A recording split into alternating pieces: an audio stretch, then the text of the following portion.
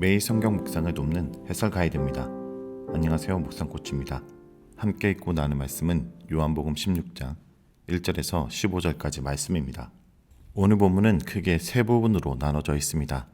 1절에서 4절은 예수님의 제자들이 실족하지 않도록 미리 말씀하시는 내용들이고, 5절에서 11절은 예수님의 떠나심과 보혜사의 오심에 대한 내용입니다. 12절에서 15절은 그 보혜사가 진리 가운데 제자들을 인도하신다라는 내용입니다. 오늘 본문에서 제자들이 출교당할 것에 대한 내용이 나오는데, 이는 박해의 구체적 내용 중 하나인 해당에서 쫓겨나는 내용과 연결됩니다. 특별히 이 사건은 요한 공동체가 85년에서 95년 사이 유대교 해당에서 분리되어 나가면서 겪었던 박해 상황을 반영합니다. 유대교에서는 회의를 통해 이단들을 저주하는 기도문을 해당 예비시에 사용한 것을 결의하고 해당 내에 남아있는 기독교인들을 공식적으로 추출한 적이 있습니다. 그들이 사용했던 기도문에는 이와 같은 내용들도 있습니다. 나사렛 사람들, 그리스도인들과 이교자들은 곧 멸망할 것이다. 그들은 생명책에서 지워지고 의인들의 반열에서 들지 못할지어다. 이러한 내용들로 당시 예수님을 믿는 자들이 박해를 받고 해당에서 쫓겨났던 사건을 근거로 이전에 이미 예수님이 그들에게 쫓겨나고 박해를 받을 것에 대한 언급이 있었음을 오늘 본문은 잘 보여주고 있습니다. 유대인들은 아버지와 예수님을 모르기 때문에 이런 것들을 하나님의 섬기는 일이라고 생각하지만, 이러한 박해에서 제자들을 돕기 위해 성령님이 임해서 죄에 대해서, 의에 대해서, 심판에 대해서 세상을 책망할 것을 오늘 본문은 말하고 있습니다. 먼저 1절에서 4절 읽겠습니다. 내가 이것을 너에게 이름은 너희로 실족하지 않게 하려 함이니 사람들이 너희를 출교할 뿐 아니라 때가 이르면 물은 너희를 죽이는 자가 생각하기를 이것이 하나님을 섬기는 일이라 하리라.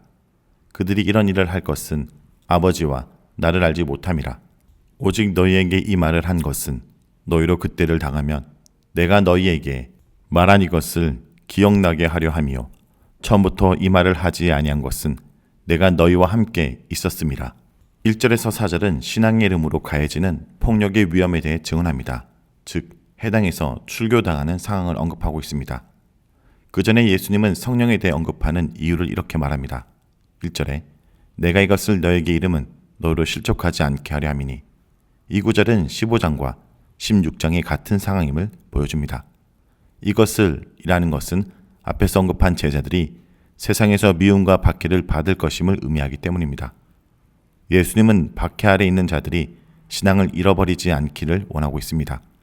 여기서 실족하다 라는 것은 원래 돌에 걸려 넘어진다 라는 뜻으로 죄를 범하다, 믿음에서 떨어지다 라는 의미로 많이 사용되었습니다.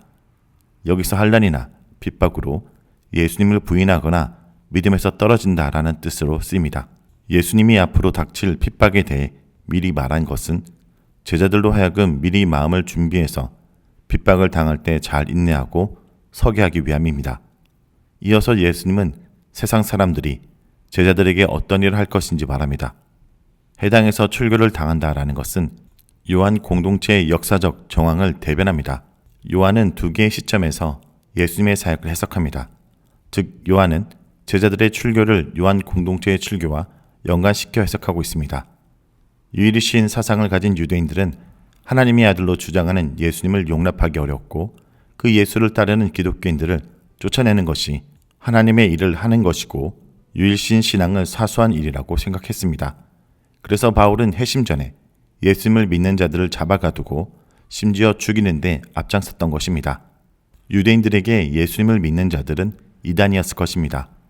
출교는 유대인들과의 교제를 단절하는 일이며, 이것은 사회적, 종교적 고립을 뜻하는 것으로 매우 치명적인 조치였습니다. 2절에서는 좀 더 강한 표현이 나옵니다. 하나님을 섬기는 일이라는 표현은 하나님께 바쳐 드리는 예배라고 번역할 수 있습니다. 여기서 바쳐 드린다라는 동사는 짐승을 잡아 하나님께 바칠 때 사용하는 단어입니다. 제자들을 잡아서 죽이는 것이 마치 하나님을 섬기기 위해 제물을 잡아 바치는 것과 같다고 생각한 것입니다. 세상이 이런 악한 일을 하는 이유를 이렇게 말합니다. 3절에 그들이 이런 일을 할 것은 아버지와 나를 알지 못함이라. 반복적으로 요한복음은 유대인들의 이러한 행위는 그들의 무지에서 옴을 강조하는데, 이것은 예수님이 모든 것을 아는 지식과 항상 대조됩니다.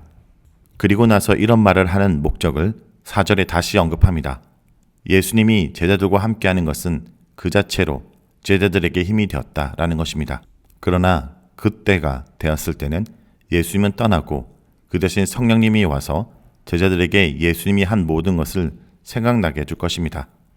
예수님은 박해 때에 제자들이 준비할 수 있도록 미래에 닥칠 일들을 경고해 주십니다. 이 말을 기억하면 박해를 견디는데 도움이 될 것이라는 뜻입니다. 다음은 5절에서 11절 읽겠습니다. 지금 내가 나를 보내신 이에게로 가는데 너희 중에서 나더러 어디로 가는지 묻는 자가 없고 도리어 내가 이 말을 함으로 너희 마음에 근심이 가득하였도다. 그러나 내가 너희에게 실상을 말하노니 내가 떠나가는 것이 너희에게 유익이라. 내가 떠나가지 아니하면 보혜사가 너희에게로 오시지 아니할 것이요 가면 내가 그를 너희에게로 보내리니 그가 와서 죄에 대하여 의에 대하여 심판에 대하여 세상을 책망하시리라. 죄에 대하여라 함은 그들이 나를 믿지 아니하며 의에 대하여라 함은 내가 아버지께로 가니 너희가 다시 나를 보지 못하며 심판에 대하여라 함은 이 세상 임금이 심판을 받았음이라. 5절에서 7절은 예수님의 떠남과 보혜사의 관계가 서술됩니다. 5절에 지금 내가 나를 보내신 이에게로 가는데 너희 중에서 나더러 어디로 가는지 묻는 자가 없고, 여기서 간다라는 것은 죽음과 부활, 승천을 통해서 하나님 아버지께로 가는 것을 의미합니다. 예수님은 자신이 아버지께로 돌아가는 일에 대해서 제자들이 올바로 이해하고 받아들이기를 권면하고 있는 것입니다. 하지만 제자들은 전혀 깨닫지 못하고 있습니다. 그 말을 이해했으면 근심하지 않을 텐데 그들은 근심하고 있습니다. 너희 중에 나더러 어디로 가는지 묻는 자가 없고 라는 표현은 이미 앞에서 베드로와 도마의 질문을 생각할 때 서로 상충되는 것처럼 보입니다. 하지만 13장 36절에서 베드로가 질문하였을 때 베드로는 오로지 신체적 죽음만을 생각하였습니다. 그러나 예수님은 그것을 넘어선 그의 최종 목적지를 염두에 두고 이 질문을 합니다. 6절에 도리어 내가 이 말을 함으로 너희 마음에 근심이 가득하였다. 예수님이 어디로 가는지 알지 못한 제자들은 마음에 근심이 가득하여 예수님이 가려는 곳이 어딘지 감히 묻지 못한 것입니다. 어두운 분위기에 억눌린 제자들의 모습이 보입니다. 어떤 면에서 제자들의 이러한 모습은 어린아이들이 부모의 부재를 두려워하는 것과 비슷하다고 볼 수 있습니다. 하지만 예수님은 자신이 떠나는 것이 제자들을 불안하게 할 일이 아니라 오히려 그들에게 유익하다고 말합니다. 7절에 그러나 내가 너에게 실상을 말하노니 내가 떠나가는 것이 너희에게 유익이라. 내가 떠나가지 아니하면 보혜사가 너희에게로 오시지 아니할 것이요. 예수님은 자신의 떠남이 제자들에게 도리어 유익이라고 말합니다.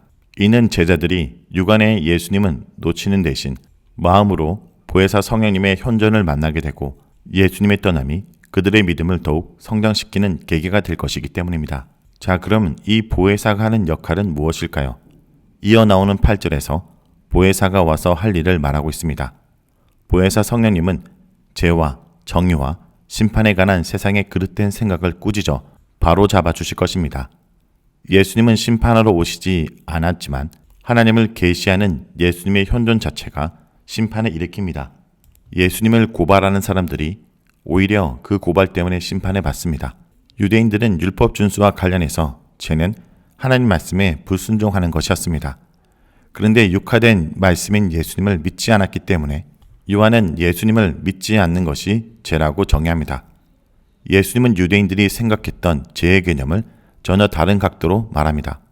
죄에 대한 반대어로 사용한 의는 이 구절에서 요한복음 안에서 유일하게 사용됩니다. 하나님 앞에 죄가 없음을 보여주는 것이 바로 의입니다. 유대인들은 의로움을 아브람, 모세, 율법으로 이어지는 이스라엘의 신앙 정통에서 찾으려 했지만 예수님은 자신이 아버지께로 돌아가는 것이 의라고 말씀하십니다. 이 세상의 권력자들은 참 왕인 예수님을 알아보지 못했기에 이미 그들에게 하나님의 심판이 떨어졌습니다. 권력자는 헬라어로 아르콘인데 악한 지배자들, 사탄의 세력을 말하고 있습니다. 다음은 12절에서 15절 읽겠습니다. 내가 아직도 너희에게 이를 것이 많으나 지금은 너희가 감당하지 못하리라. 그러나 진리의 성령이 오시면 그가 너희를 모든 진리 가운데로 인도하시리니 그가 스스로 말하지 않고 오직 들은 것을 말하며 장래일을 너희에게 알리시리라. 그가 내 영광을 나타내리니 내 것을 가지고 너희에게 알리시겠음이라. 무릇 아버지께 있는 것은 다 내 것이라. 그러므로 내가 말하기를 그가 내 것을 가지고 너희에게 알리시리라 하였노라. 진리의 영이신 보혜사 성령님의 또 다른 역할은 제자들을 모든 진리로 인도하는 것입니다. 인도하다라는 뜻의 호데게오라는 단어는 신약 성경에서 5번 등장하며 요한복음에서는 이 구절이 유일합니다. 이 단어는 다른 용례에서는 성경을 이해하도록 지도한다는 의미로 사용됩니다. 하나님의 백성을 천국에 있는 생명수 샘으로 인도한다는 의미로 사용되기도 합니다. 진리의 성령님은 오셔서 제자들을 진리로 인도하십니다. 그는 아버지와 아들에게서 들은 것을 말씀하십니다. 장래일을 말씀하십니다. 이는 종말론적인 사건을 뜻하기도 하지만 예수님의 관점에서는 이는 곧 예수님에게 닥칠 십자가와 부활을 가리킬 수도 있습니다. 따라서 이러한 성령의 역할을 너무 개인적 예언과 관련해서 생각할 필요가 없습니다.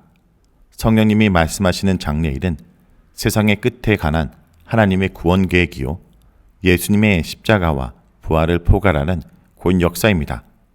성령님은 제자들의 상황에 맞게 예수님의 계시를 풀어 가르치시며 제자들이 그 계시를 바르게 이해하고 적용하도록 도우실 것입니다. 성령님이 이러한 일을 하실 때 예수님의 영광이 나타납니다. 성령님은 아버지와 아들로부터 받은 계시를 드러내시는 것입니다. 자, 여기까지가 요한복음 16장 1절에서 15절까지 말씀입니다. 오늘 말씀을 통해 우리는 무엇을 묵상하고 적용해야 할까요? 성령님은 제자들을 모든 진리 가운데로 인도하십니다. 그러나 지금 제자들은 그 진리의 말씀을 감당해낼 수 있는 상태가 아니었습니다. 십자가와 부활을 경험한 후 성령님께서 깨닫게 하실 때 비로소 그 말씀을 감당할 수 있게 될 것입니다. 성도 여러분, 아직 믿어지지 않고 감당하기 힘든 말씀이 있습니까? 적절한 때 성령님께서 깨닫게 하시고 순종에 이르도록 인도하실 것입니다. 그러므로 오늘도 성령님의 인도를 간절히 구하며 기도하는 주의 백성들이 되길 간절히 기도드립니다.